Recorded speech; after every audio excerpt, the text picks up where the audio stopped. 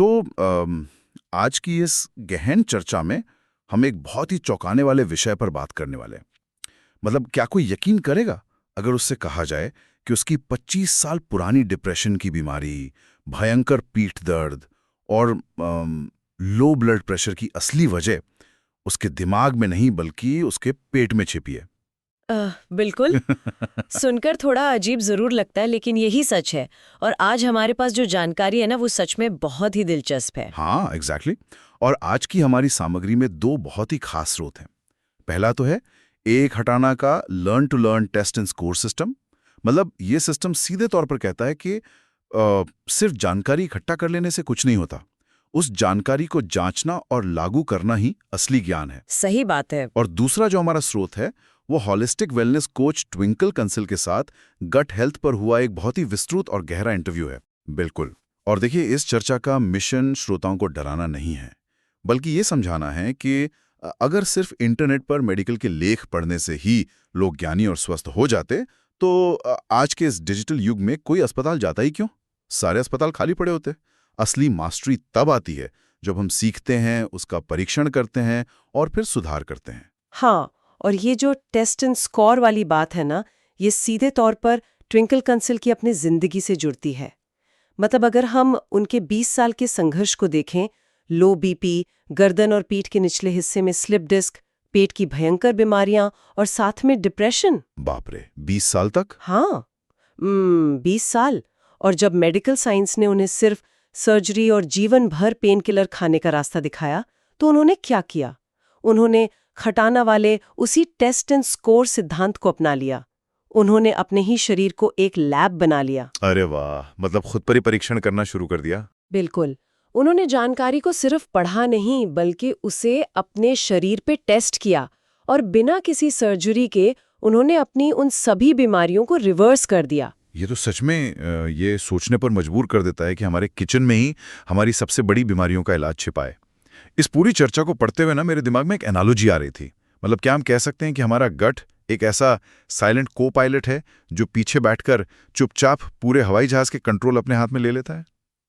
ये साइलेंट को पायलट वाली बात बहुत ही सटीक बैठती है, क्योंकि असल में दिशा तो वही तय कर रहा है।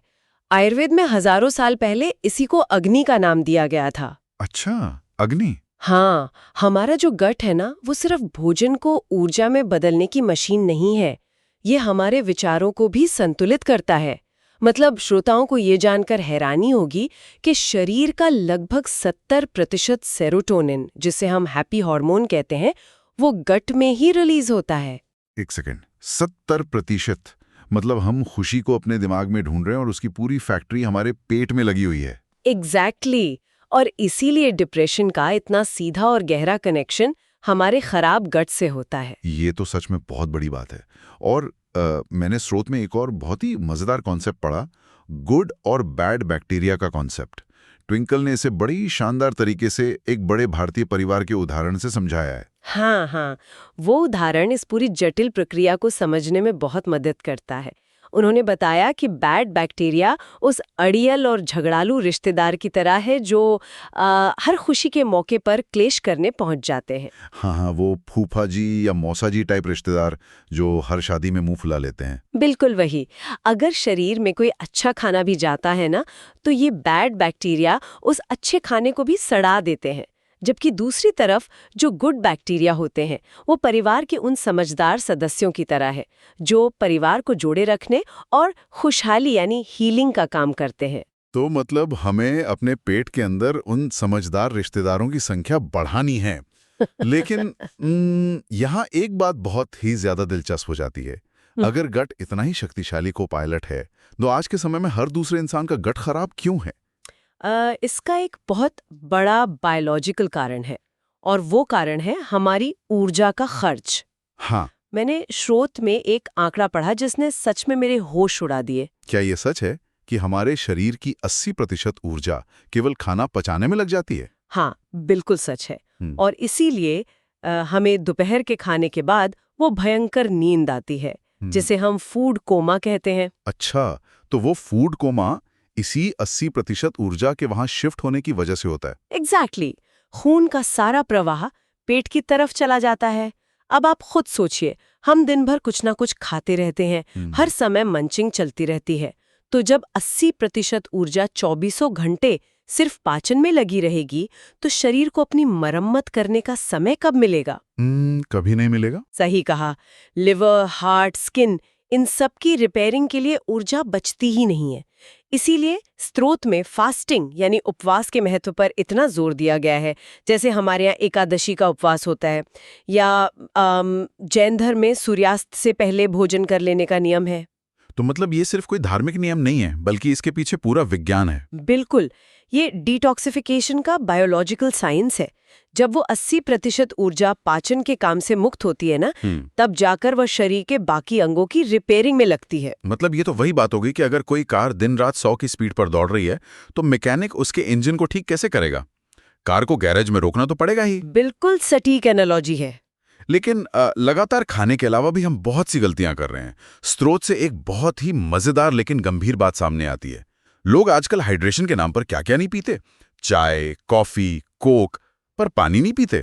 और अगर पीते भी हैं तो खाने के ठीक साथ गटक लेते हैं। ये मॉडर्न लाइफस्टाइल की सबसे खतरनाक आदतों में से एक है। देखिए, पाचन हमारे पेट में नहीं, मुंह से ही शुरू हो जाता है। अच्छा, मुंह से कैसे? खाने को 32 बार चबाने का जो नियम है ना, वो इसीलिए है क्योंकि हमारी लार यानी सलाइवा में डाइजेस्टिव एंजाइम होते हैं।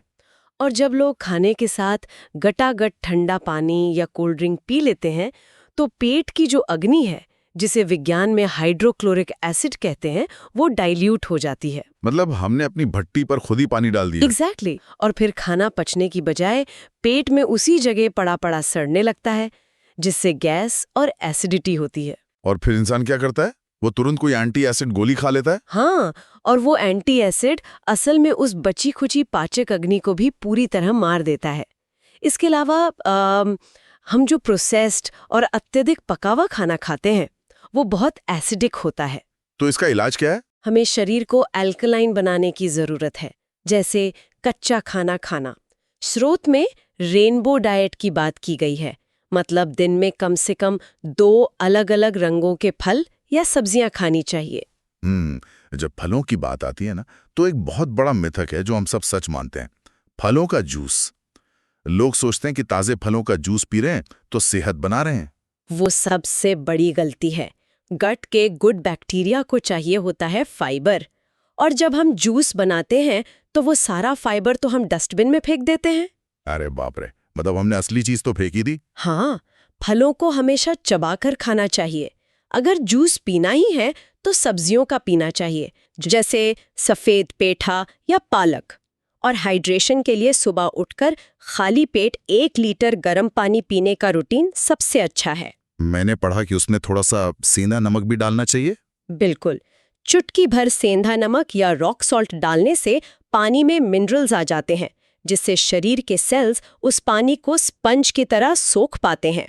अच्छा, तो ये शारीरिक स्तर की बातें तो समझ आ गई, लेकिन ये खराब गट हमारी मानसिक स्थिति को कैसे पंगु बना रहा है? मुझे स्रोत में दी गई उस मशहूर डिजाइनर क्लाइंट की कहानी याद आ रही है। वो केस तो सच में आंखें खोलने वाला था। मतलब कोई सोच भी कैसे सकता है? वो महिला हर साल अस्पताल में भर्ती होती थी। कभी यूट्रस रिमूव करवा रही है, कभी कान की सर्जरी, और उसने मान लिया था कि यही उसकी नियति है। पर सबसे बड़ा झटका तो ये था कि उसने पिछले 25 सालों से सुबह ठीक से स्टूल पास ही नहीं किया था। और उसे लगता था कि ये नॉर्मल है। एग्जैक्टली। लेकिन जब 30 दिन में उसका गट ठीक हुआ तो उसकी सारी बीमारियां गायब हो गईं, और यहां तक कि उसकी चाय की लत भी छूट गई। अगर हम इसे व्यापक तस्वीर से जोड़े ना, तो ये कहानी हमें बहुत कुछ सिखाती है। लोग और खासकर महिलाएं अपने लक्षणों को, जैसे हॉट फ्लैशेस, थकान, मोटापा, इन सब को सिर्फ मेनोपॉज या उम्र बढ़ने का टैग दे देती हैं। हाँ, मतलब बीमारियों को नॉर्मल मान लेना एक बहुत ही खतरनाक आदत बन गई है, और इसका असर दिमाग पर भी पड़ता है। मैंने एक शब्द पढ़ा था, ब्रेन फॉग। हाँ, ब्रेन फॉग। जैसे कब्ज से पेट ब्लॉक हो जाता है, वैसे ही हमारा दिमाग भी ब्लॉक हो जाता है। आपने नोटिस किया होगा, कई बार लोग किचन में जाते हैं और भूल जाते हैं कि वहां क्यों आए थे। हाँ, ये तो मेरे साथ भी कई बार होता है। ये कोई मामूली बात नहीं है, ये ब्रेन फॉग है। असल में हमारे गट में 100 से ज्यादा न्यूरॉन्स होते हैं। पेट में न्यूरॉन्स? बिल्कुल। और जब पेट में क्रैम्प्स आते हैं या खाना सड़ता है, तो वे न्यूरॉन्स दिमाग को व्हाट्सएप मैसेज या सिग्नल भेजना बंद कर देते हैं, कनेक्शन टूट जाता है। तो इस कनेक्शन को वापस कैसे जोड़ा जाए? क्या इसके लिए हमें तुरंत इंटरनेट पर जाके महंगे प्रोबायोटिक कैप्सूल्स या वो जो पैकेज्ड दही आती है वो खरीद लेनी चाहिए? नहीं, बिल्कुल नहीं। ये एक बहुत बड़ा मिथक है। भारतीय घरों में पहले से मौजूद फर्मेंटेड फूड जैसे अचार, कांजी, इडली, डोसा, ये दुनिया के बेहतरीन प्रोबायोटिक्स हैं। मतलब समाधान हमारी अपनी किचन में है। हाँ, बाजार की पैकेज्ड दही में दूध कम और पाउडर ज्यादा होता है। उसमें बैक्टीरिया के स्ट्रेन बहुत कम होते हैं। इसके विपरीत सर्दियों में बनने वाली चुकंदर की कांजी या खाना खाने से पहले खाया गया थोड़ा सा अदरक का अचारी हमारी अग्नि को जागृत कर देता है। क्या बात है। और शुरुआत में इसका एक ट्रियो फॉर्मूला भी बताया गया है, न्यूट्रिशन, माइंडसेट और लाइफस्टाइल, और साथ में हार्टफुलनेस मेडिटेशन की भी बात की गई है। बिल्कुल, क्योंकि आपको दिमाग से नहीं दिल से जुड़ना है। और लाइफस्टाइल में एक सबसे अहम चीज है हमारी नींद का विज्ञान। नींद का और गट हेल्थ का क्या कनेक्शन है? बहुत गहरा कनेक्शन है। आयुर्वेद के अनुसार रात के 10 बजे से लेकर 2 बजे तक का समय शरीर का चर्निंग समय होता है। अच्छा, चर्निंग समय मतलब जब पाचन तंत्र और लिवर अपना सफाई का काम करते हैं। अब अगर हम इस समय जाग रहे होते हैं फोन पर या टीवी देखते हुए, तो शरीर कंफ्यूज हो जाता है। वो मॉकहंगर यानी झूठी भूख के सिग्नल्स देने लगता है। ओहो, तभी रात को 12 बजे फ्रिज खोलकर जंक फूड खाने का मन करता है। एग्जैक्टली। और जैसे ही हम वो खाते हैं, शरीर की वो रिपेयरिंग और डिटॉक्सिफिकेशन वहीं रुक जाती है। तो इन सब का क्या अर्थ है? अगर हम आज के इस चर्चा को शुरुआत वाले ए है खटाना के लर्न टू लर्न सिद्धांत से वापस जोड़ें, आज हमने गट हेल्थ के विज्ञान को समझ लिया है। यह हमारा संरचित ज्ञान है। हाँ, लेकिन सिर्फ ज्ञान होना काफी नहीं है। अब वक्त है इसे टेस्ट और अप्लाई करने का। बिल्कुल। खाने को 32 बार चबाना, रात की उस झूठी भूख को पहचानना, और सबसे जरूरी अपने शरीर की आवाज सुनना। सही कहा। जब हम ये चीजें टेस्ट करते हैं, तभी हमें असल रिजल्ट या स्कोर मिलता है। और आज की इस गहन चर्चा को खत्म करने से पहले मैं श्रोताओं के लिए एक बहुत ही गहरा विचार छोड़कर जाना चाहता हूँ। स्रोत में बताया गया है कि ट्विंकल की आने वाली किताब का नाम है awaken the healer with in, यानी अपने भीतर के हीलर को जगाएं। बहुत ही सुंदर टाइटल है। हाँ, और आज हमने ये जाना कि हमारी 80% शारीरिक ऊर्जा केवल पेट का भोजन पचाने में चली जाती है। लेकिन जरा सोचिए, हमारी कितनी मानसिक ऊर्जा उस असीमित डिजिटल जानकारी को पचाने में खर्च हो रही है जो हम रोज सोशल मीडिया पर स्क्रॉल करते हैं। अरे वाह, ये तो बहुत ही गहरा पॉइंट है। मतलब हमें मानसिक कब्ज भी हो रही है। बिल्कुल। शायद आज के समय में हमारे दिमाग को भी एक डिजिटल एकादशी की उतनी ही सख्त जरूरत है जितनी हमारे पेट को अन्न से उपवास की। जब हम दिमाग को वो खाली समय देंगे, तभी हमारे भीतर का वो हीलर जाग पाएगा। इससे बेहतर निष्कर्ष कुछ हो ही नहीं सकता।